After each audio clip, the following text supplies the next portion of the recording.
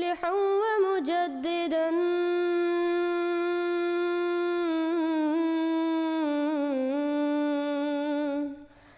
فارنوا بنظر Tahir وجنان.